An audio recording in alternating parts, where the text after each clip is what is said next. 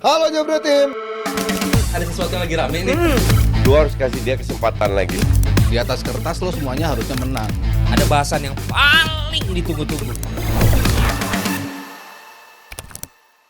Kita mau pindah ke MU kali ya, karena cuman MU dari tim Big Six yang gagal raih kemenangan. Welcome to MU TV. Jeng jeng jeng jeng. Jadi pertanyaan Zirkzee sama Garnacho kenapa bocah itu? Ini lucu sih. Lucu tapi gimana ya? Ironis. It happens gitu loh di sepak bola. Nani juga dulu begitu kan lawan Ronaldo, Ronaldo. Kalau Nani niat. Niat ini Beda, ini kan nggak niat. dan Dia kenapa nggak bisa langsung ngerem. dimasukin ke gawang sih itu bola? Dia nggak bisa ngerem. Nggak bisa ngerem. Iya, Ya, niatnya mau nggak bisa lo berdiri. salahin Zirkzee. Zirkzee. Zirkzee menurut Zirkzee ya. Iya. Tapi bahasa Belandanya Zirkzee. Jadi Iya. kita ngikutin siapa nih? Pemain. Ikutin orang Belanda. Tapi ya, orang Belanda juga mungkin coachnya juga bener gitu. Rame Mas itu yang bener ternyata nyebutnya Zirkzee bener lu ya. Mungkin coachnya juga bener. Nah, sebelum kita bahas MU ada pernyataan penting gini. Ini harus kita dengar. Penting. Kami harusnya bisa lebih klinis lagi. Halah. Dari musim kedua lalu kotak begini. penalti. Semuanya langsung Klimis gitu. sekali, Klimis klimis. sekali. Kami kebobolan gol yang sangat mudah. Itu seharusnya tidak boleh terjadi. Kami seharusnya lebih terorganisir di saat-saat seperti itu. Ya makanya latihan. Lu ngapain aja? Klinis emang dia nguji nggak ya? Uji klinis. Matang. Ini artinya apa sih klinis? Arti gue nggak ngerti. Jadi satu peluang jadi gol. Gitu. Lebih tajam. Nggak dibuang-buang. Mas Heru kita Sebenarnya sebelum bahas clinical kan. Clinical, iya. Kita kayak Zirkzee sama Garnacho itu receh lah, nggak perlu kita bahas banget. Cuman lu ngeliat MU sama Brighton kemarin sejelek itukah MU atau ada progres dong musim ini? Sejelekkah itu atau sebagus Brighton? Brighton bagus dong. MU-nya aja Mas, MU-nya aja Mas. Juga loh kata gua. Mas Drawi nutup Mitoma bagus loh. Mas Rawi bagus. Iya lumayan. Oke loh kemarin. Lumayan. Percuma kalau bengong di saat-saat terakhir. Iya. Dalot semuanya. Blank. Kesalahan kolektif tim sih menurut gua untuk gol kemenangan Brighton ya. Dari awal kan kita bilang mereka akan kesulitan. Rizal juga prediksi seri. Gue bilang juga nggak akan mudah buat MU melawan Brighton karena kebuktiannya kan tim yang paling sering ngalahin mereka ya. Walaupun ketemunya kan gue bilang nggak terlalu sering, tapi percentage kalahnya paling gede tuh mereka kalah sama Brighton. Dan Ten Hag bertanggung jawab atas 4 kekalahan lawan Brighton. Wow. 3 ditambah kemarin 1 itu ya jinx-nya dia lah ya. Sulit dia untuk bisa ketemu tim semacam Brighton. Siapapun pelatihnya yang ngelatih ternyata susah juga untuk bisa diantisipate gitu karena memang pemainnya semuanya punya kualitas. Mereka bisa execute pelatih maunya kayak apa, cepet banget mereka beradaptasi dan ngebuktiin itu. Dan mereka mainnya juga nggak neko-neko, kesempatan gede yang mereka dapatkan, mereka bisa ubah menjadi sebuah gol. Tapi kalau gue ngelihat yang menjadi inti utama dari kekalahan mereka, ya adalah gol terakhir yang gue rasa tim sekelas MU nggak akan boleh lah menghadapi hal seperti itu. 6 pemain di tengah yang maju dari Brighton sebetulnya di luar kotak penalti awalnya cuma ada 3. It's an easy condition bagi mereka sebetulnya untuk bisa mengatasi itu gitu. Cuman makin mereka bawa, bukannya mereka mencoba untuk mencegah itu, mereka tarik justru mereka ke dalam kotak penalti. Mereka tarik, makin banyak pemain Brighton yang masuk, makin banyak pemain yang watching the ball dari Unitednya. Bola di crossing kok bisa-bisanya semua ngelihat ke belakang, siapa yang bakal ngangkat, orang semuanya udah maju ke arah sini gitu loh. Itu gue rasa sebuah kesalahan yang sangat-sangat fatal ya dari satu tim United. Lu Zal? Kalau dari gue bilang sih United kalau main jelek pun, gue nggak bilang jelek permainan lawan Brighton. Mereka bisa. Nggak ada yang bilang jelek. Iya, nggak jelek mereka mainnya dan mereka bisa ngelawan gitu ke Brighton ya. Brighton kan dikenal dengan permainan kolektif, mau pelatihnya dari si Graham Potter, ganti ke De Zerbi, sekarang ke si Fabian, tetap bisa mempertahankan identitasnya gitu sebenarnya Brighton itu. Dan United kemarin bisa ngeladenin, dan gue ngeliat sisi kanan mereka tuh dinamis banget, bisa beberapa kali ngebongkar pertahanannya Brighton lewat duet si Mazraoui dan si Amat ya. Itu 2 pemain yang berbahaya banget kemarin. Tapi sayangnya ya itu mereka defensifnya menurut gue masih jadi PR banget, dan ini akan jadi pemandangan menurut gue dari United sepanjang musim ini. Karena di match pertama lawan Fulham kita ngeliat duet si Lisandro Martinez dan juga si Maguire ditambah sama dari Community Shield, 2 pemain ini solid tampilnya. Tapi kenapa pas lawan Brighton akhirnya datang lagi tuh karatan kayak musim lalunya. Dan menurut gue itu kan masalah konsistensi. Lu nggak bisa main hanya bagus 1-2 game doang, tapi lu harus bisa mempertahankan dalam periode waktu yang lama. Dan itu menurut gue belum bisa ditawarkan oleh 2 pemain di lini belakang ini. Walaupun akhirnya Maguire diganti sama De Ligt, tapi lagi-lagi soal kolektivitas, soal leadership di lini belakang menurut gue belum ada dari soal itu. Dan juga Ya gue sih paling nggak suka ya nyalain pemain lewat individu, tapi gue bilang untuk Mount dan juga Rashford kayaknya udah nggak layak untuk jadi starter lagi deh. Walaupun kita beda ini pendapat soal baru itu. 2 game. Ya. Tapi Mount gue rasa dikasih kesempatan lawan City di Community, nggak jadi beda match kalau pembuka gitu. lawan Fulham, dan sekarang lawan si Brighton, kayaknya udah nggak nawarin apa-apa. Dan Mason Mount gue bilang. Pressingnya bagus loh dia. Tapi Kalau Rashford, yes udah, ini orang hancur. Cuman kalau Mason Mount gue masih suka the way he press opponent. Ya, Cara dia ngepress lawan. tapi beberapa kali khususnya Bagus. di babak pertama. Dan sungguh dulu, 3 game. dia ditaruh jadi DM pun bisa, dia punya Ya. kapabilitas untuk bertahan. Ngeladenin. Dan secepat itu juga dia masuk ke final third lawan.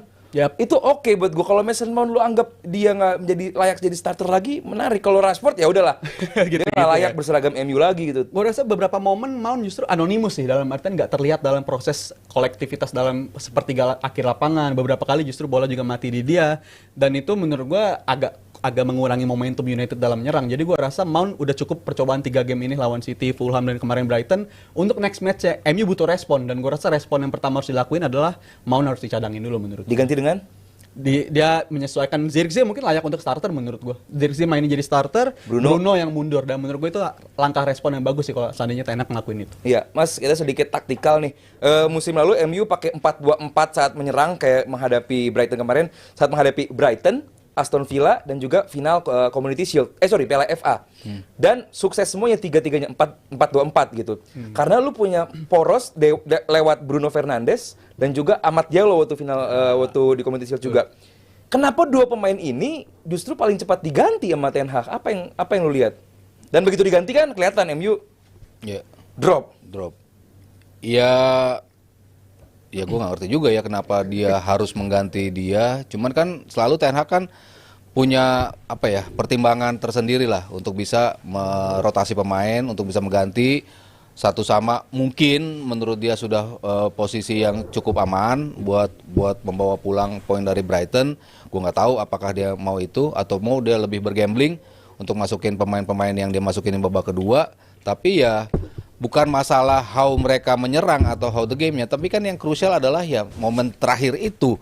Itu yang sebetulnya menjadi, gue rasa siapapun pemain yang ada di situ, yang nggak diganti pun, gue rasa akan melakukan hal yang sama. Karena kemarin itu kesalahan kolektif dari sisi antisipasi pertahanan. Cuman dari game plan, ya seperti gue bilang di awal-awal, United mulai menunjukkan apa yang dimau sama Ten Hag. Yaitu Dengan bermain yang ketika lo mau menyerang dari bawah tuh seperti apa udah mulai kelihatan kan. Selama ini kan kita pertanyakan, ini lo mau main kayak apa sih gitu kan, si Ten Hag tuh mau kayak gini apa enggak, mau transition game doang untuk counter yang bagus seperti apa, itu yang tadinya yang kita selalu pertanyakan. Tapi di beberapa game awal ya dia udah nunjukin bisa kok mereka main operan-operan pendek, main lebih rapat, komposisinya udah mulai jelas. Di kanan ternyata lebih bagus sih Amad Diallo di situ. Cuman kan kalau tadi lo bilang masalah si Mount, gue lebih setuju sama Aldi. Maksudnya ini pemain lebih involved sih, karena kan lu nggak fair kalau menilai dia, tapi bukan di posisi dia. Tapi ini kan pelatih pemain yang berubah-ubah terus posisi Mount kan. Untuk game plan-nya Ten Hag dia kan selalu kadang terlalu ke depan, kadang ditaruh terlalu ke belakang. Kiri kanan pun dia perannya dimainin sangat berbeda dengan peran sebelum dia di Chelsea. Jadi gue harus ngasih kredit untuk dia dengan gaya atau skema yang berbeda ya untuk posisi dia gitu. Nah, sementara Rashford kan posisinya udah itu aja, tapi dan nggak perform dan nggak improve. Iya, dan menurut gue ya dia lah. Sama Koci gue juga selalu setuju, ini pemain yang emang mungkin harus di-offload untuk bisa naikin lagi kepercayaan dirinya di klub lain. Sementara kalau di United kok dia masih nggak bisa juga ya, udah berapa musim nih kita tunggu-tunggu dia belum bisa ngebuktiin itu. Mungkin ke Fiorentina nyusul David Rea supaya dapat kepercayaan dirinya lagi Rashford. Karena sayang ini tim, gue sih harus bilang ada progres Mas. Kenapa? Progres paling enggak gini, cara MU menghadapi shot di musim lalu rata-rata gue lupa tuh itu gede banget 28 apa gitu per match. Sekarang nggak sampai 10. Betul. Berarti kan ada yang perbaikan gitu dari Ten Hag. Gue bilang Ten Hag jelek, cuman saat mereka ada progres gue harus bilang ada progres, dan termasuk MU dalam 2 game awal ini dan juga kan komunikasi itu kemarin. gua puji juga dari perubahan yang sudah terlihat. Yo gini loh ternyata yang selama ini dia omongin. Gue mau pemain-pemain seperti ini untuk menjalankan skema kayak gini. Udah mulai kelihatan, oh ini loh yang dimauin Ten Hag. Walaupun butuh 3 tahun untuk mau execute ini. Dia mah begitu ya. Ada aja itunya loh. Iya kan? Ada nyentilnya ada di aja. dua tahun pertama kan nggak kelihatan terus kan. Tapi di tahun ketiga, oh baru kelihatan nih. Udah mulai lengkap nih. Mazraoui ternyata salah satu piece yang ternyata hilang di posisi bek kanan, selalu berganti antara Dalot sama Wan Bisaka tapi selalu nggak bisa memberikan itu. Tapi Mazraoui baru datang langsung bisa memberikan itu. Posisi yang kita tunggu-tunggu di kanan siapa sih? Apa Sancho, apa Anthony? Ternyata Diallo yang bisa muncul. Di tengah ternyata Kobbie Mainoo yang ternyata bagus kan, perlahan-lahan dia Butuh bisa momen, butuh bisa susun pemainnya dan sudah mulai terbukti. Tapi kalau dia tertidur di saat-saat krusial ya akan tetap terjadi. malah bangun dong. Iya. Zal, minggu lalu gue sempat debat sama Mas Haru juga soal Maguire. Gue bilang Maguire udah nggak layak jadi starter juga. Terbukti kemarin bikin error juga. Lu lihat Maguire gimana di game kemarin? Di game kemarin, gue rasa kalau soal Maguire doang kurang fair karena tumen-tumenan tuh akhirnya jaraknya di momen kebobolan itu jadi jauh gitu jaraknya antara dia dan juga sama si Lisandro Martinez sampai akhirnya bisa dimanfaatkan sama Welbeck. Tapi gue ngeliat dia permain yang nggak pernah jelek-jelek banget juga loh menurut gue Bang Aldi. Si Maguire Game ini. kemarin Brighton aja. Kalau Leeds lawan Brighton ya agak kurang maksimal sih, makanya dia salah satu back yang ditarik keluar juga ya untuk menggantikan De Ligt, dan gue bilang dia ini contoh back yang akan bagus apabila partnernya juga bagus gitu. Dia akan sangat reliable sama partnernya, tapi ketika partnernya juga nggak tampilin 100%, dia pemainnya bakal cepet banget hilangnya dari atas lapangan, dan menurut gue ini sesuatu yang mengkhawatirkan bagi seorang Maguire yang notabene juga seorang leader. Untuk secara sustainability, menurut gue kurang yakin sebagai dia pemain utama yang bisa memimpin MU di lini belakang. Menurut gue, posisi dia dalam 3 match, 4 match ke depan nggak akan aman karena ada De Ligt di sana sih. Karena De Ligt juga bisa menawarkan leadership dan juga menawarkan opsi-opsi passing yang sebenarnya momen terbaik passing-passingnya dia tuh datangnya sama Ten Hag di Ajax. Jadi menurut gue, posisi yang paling nggak aman di MU sekarang selain Mount, selain Rashford, juga Harry Maguire sih menurut Tapi gue. Mas, lu pas setuju? gantiin posisi Maguire, De Ligt lo bilang ngasih impact nggak? Yang kemarin nggak kelihatan sih makanya. sebenarnya. Itu mengkhawatirkan makanya sebenarnya. Itu mengkhawatirkan. Tapi Iya. layak dicoba sih De Ligt menurut gua Mas. Enggak sih, gue bilang De Ligt juga bukan Jawaban. pembelian yang oke menurut Atau gue. belum waktu untuk perform? Ya kasih kesempatan dia untuk Iya, starter. makanya, ha. Kasih kesempatan dia untuk starter. Maguire kan boleh udah gitu. banyak momennya. Iya, tapi kemarin gue bilang jelek juga enggak, cuman ya slip. Fatal. Banyak kan pemain yang dalam satu game menunjukkan itu. Soboslai berapa kali kehilangan momentum. Kalau dia error menjadi gol, kebetulan dia error menjadi gol, jadi makin disorot gitu. Cuman ya ketika lo udah mengganti pemain yang menurut Ten Hag adalah biang dari kebobolannya United kemarin, tapi ketika gol kedua ya semua pemain terbaik yang lo udah taruh situ tetap kok kebobolan gitu. Jadi belum tentu jaminan juga ketika dia diganti akan menjadi lebih solid lini pertahanan dari United. Makanya minggu depan lawannya Liverpool. Tapi Pasti justru- menang Liverpool dong guys, kalian sebagai fans Liverpool. Nggak, Pasti gua- belum tentu, nggak. iyalah fansnya. Gua belajar Pasti dari musim main lalu. down. Kita belum tentu nggak. menang, mesti MU punya peluang. Alah, Nggak. udah kebaca lu berdua. Kebalik. Bilang gua pasti menang Liverpool. Enggak. Kagak. Karena musim lalu Udah, tuh ngomong baca, gitu. baca. Gue musim lalu ngomong menang Liverpool pasti lawan MU, tapi ternyata nggak menang. Jadi gue udah belajar MU nyata kuat kalau lawan Liverpool. Gue yakin nih main di mana? Old Trafford. Old Trafford. Ya seri. Seri. Makanya gue nggak Menang berani Liverpool ngomong. bahkan? Menang. Menang Liverpool? Gue nggak yakin gue. Menang sih nggak yakin gue. Seri lah paling Tahun lagi. lalu dua-duanya seri kan? Iya. Kalah bahkan di FA Cup sama MU. Di Anfield kalah kan? Kalah, imbang juga kan? Diimbang. Jadi MU biasanya jago lawan Liverpool. Jadi gue Soal ilmu padi. Padahal ngarep. Di Old Trafford 0-0 ya? di Anfield. No. Oh di Anfield 0-0 ya, Old Trafford Yalah, 2 sama. kita doakan. Gua sih pribadi gue pengen lihat Mason Mount lebih lama bersama starting line up MU karena gua rasa ini pemain yang juga cukup oke. Bruno kembali ke nomor 10, Zirkzee jadi starter, di kiri Garnacho, di kanan Amad Diallo. Gue yakin MU bisa doing something musim ini setelah jeda internasional karena sebelumnya harus kalah dulu sama Liverpool. Jadi intinya fans gitu, Nes. MU mohon bersabar ya Oh, karena iya, kayaknya Harus. masa depan cerah bersama Ten Hag masih agak lama. Tahan, iya. Dan kita mau ngingetin juga nih Jebret Tim, kalau bulan depan tanggal 26 September kita punya event yang luar biasa ya, yang besar banget. Jadi jangan sampai kalian lupakan, yaitu ada Santini Jebret Media 2024 yang kedua. Ini yang kedua kali. Tahun lalu kita juga udah pernah bikin acaranya luar biasa ya. Nah ini juga kita butuh bantuan kalian untuk berpartisipasi voting. Ya, voting udah dibuka dari hari ini sampai dengan nanti tanggal 25 September. Jadi kalian bisa vote. Mungkin bisa ditampilin cara vote-nya, Brar? Nah, Ini ya, dia. tinggal buka aja ke https://jebretmedia.com. Terus kalian sign up, login akun personal kalian, terus langsung voting, masuk ke menu, pilih nominasi yang kalian mau voting, submit, dan langsung aja klik tombol voting. Itu dia. Jangan lupa sampai tanggal 25 September aja votingnya dibuka. Dan Ya, jadi- pressconnya juga udah. Preskonnya malam ini. tadi kita udah ada preskon yang penasaran nanti kita akan tayangkan setelah DPI selesai. Yes. Jangan lupa nonton ya. Oke, ini juga udah ada yang nyawer dari Guns Barbershop Wih, thank you. Rp329.000. Wih. Halo semua. Halo. Kemarin janji sama Koci kalau tusuk gigi cabut, dia mau nyawer katanya. ESR dan tusuk gigi cabut dari Arsenal. Apakah Arsenal akan cari penggantinya atau fokus cari striker aja? Terima kasih. Nanti nanya coach dong ini. Si Fabio Vero udah cabut. Loan kayaknya loan ke loan. Portugal. Udah jadi. Kayaknya. Jadi, deh. jadi dah. Kayaknya udah deh. Here we go. Datang. Iya. Gimana menurut lo Arsenal bakal nanti kita bahas pas Arsenal aja ya. Smith Rowe golin. Ini debut Bagus loh. gol. Iya. Golin dia langsung. Lu kira gue bakal sakit hati?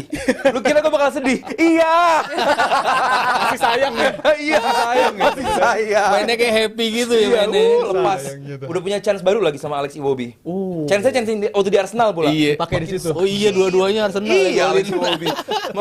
Makin sakit kita fans Arsenal. Ada lagi mungkin? Ada lagi dari Calafiori Tuh, baru gua bilang. Rp50.000. Bahas Emil Smith Rowe dikit. Tuh, Masih agak karatan Arsenal, khususnya babak 1. Ya, nanti kita bahas pas Arsenal ya, Calafiori. Ada lagi? Dari Rowe Ya. Rp100.000. Osimhen dihargai 65 juta sama Al Ahly. Dilepas berapa? Kalau klub IPL cek ombak gak ya? Nah. Dilepas berapa nih sama Napoli? Kalau Iya. klub IPL cek ombak gak Ini ya? boleh jawab dulu Mas Aryo? 65. Masa cuman Murahan nggak? 65? Iyalah. Iyalah. Ahli ya. Kalau 65 Arsenal dari kemarin. Dipatok 100, Atau Chelsea. semua nggak berani ngeluarin 100. Iya. Ya masa tiba-tiba Al-Ahli cuma 65. Jangan-jangan prediksi Koci bener. Apa tuh? Mendekati akhir bursa transfer, harganya bakal turun. Oh, buat Bener bluffing. lagi dong. Kemarin bluffing doang berarti Napolinya ya. Berarti bluffing doang kemarin. Bisa jadi deh. 65 juta mah here we go lah Arsenal. Atau Chelsea. Bisa. Kemana sih kira-kira menurut kalian update-nya? Masih yakin Chelsea sih sebenarnya. Ya kan? Masih Bukan nama Chelsea. Lukaku ya? Chelsea Atau beda? Chelsea nggak butuh striker ya. Ada Nico Nico Jackson, Jackson, udah Nico nge-search Jackson. si siapa pemain Nigeria tuh? Diginiin. John Obi. John Obi Mikel disuruh diem sama dia. Next dari Arnel Rp50.000. Belanja elit memang sulit. Menang sulit. Menang sulit. Mending pemilik pelit tapi peringkat solid. Bye bye fans Kelas. apa tuh? Bye bye. Namanya si Arne kayaknya Arne. slot ini Liverpool kayaknya. Bye bye fans MU yang julid. Weh, dia pantun rima sekali. Iya loh, cakep. Kita gak ada cakepnya dari tadi Iya ya. lupa. Ini ada lagi Nes. Dari Calafiori lagi Rp55.000. Gabjes cedera, Nketiah ke Peles. Striker please Arsenal. Bahas selebrasi Trossard Ya, dikit. kita bahas pas Arsenal ya. Lagi nih. Nih Apa ada lagi? lagi. Dari Komang Rp50.000. Wah. Gimana untuk Everton musim ini? Sepertinya butuh insight. Everton. Jal, dikit Jal. Everton dibantai ya kemarin 4-0, Iya, mereka sebelumnya 3-0. 3-0, tapi ingat mereka musim lalu juga startnya sama kayak begitu, dibantai sama Aston Villa 4-0, laga pembukaan juga sempat kalah, tapi biasanya di akhir musim mereka tetap selamat-selamat aja karena gue yakin Shandes itu selalu punya cara buat nyelamatin timnya dari zona degradasi dan gue masih yakin berlanjut di musim ini buat Everton sih. Oke. Ada lanjutan. Dari Rizky Putra. Dari Rizky Putra Rp50.000. Mas Aryo, wah tulisannya bener ya, Aryo, panggil Aryo. Gimana permainan Ryan Gravenberch kemarin di posisi nomor 6? Ya, pas nih. Kita sekarang masuk ke Liverpool. Oh, ada lagi. Oh masih banyak. Banyak. Pemuja Curtis Jones Rp50.000 bersama Ten Hag terbahak-bahak wak. Namanya Curtis Jones lagi. Gila. Iya, Ada udah lagi dari jelas. Peles Tilaide Rp55.000. Istriku yang fans Liverpool Liverpool nanya apakah Gravenberch dapat menjadi DM yang diandalkan Liverpool, masih perlu beli DM lagi? Oh, iya. Istrinya lo yang nanya. Udah 2 nih Mas. Yang nanya soal Gravenberch, kita masuk ke Liverpool. LFC TV tapi sebelumnya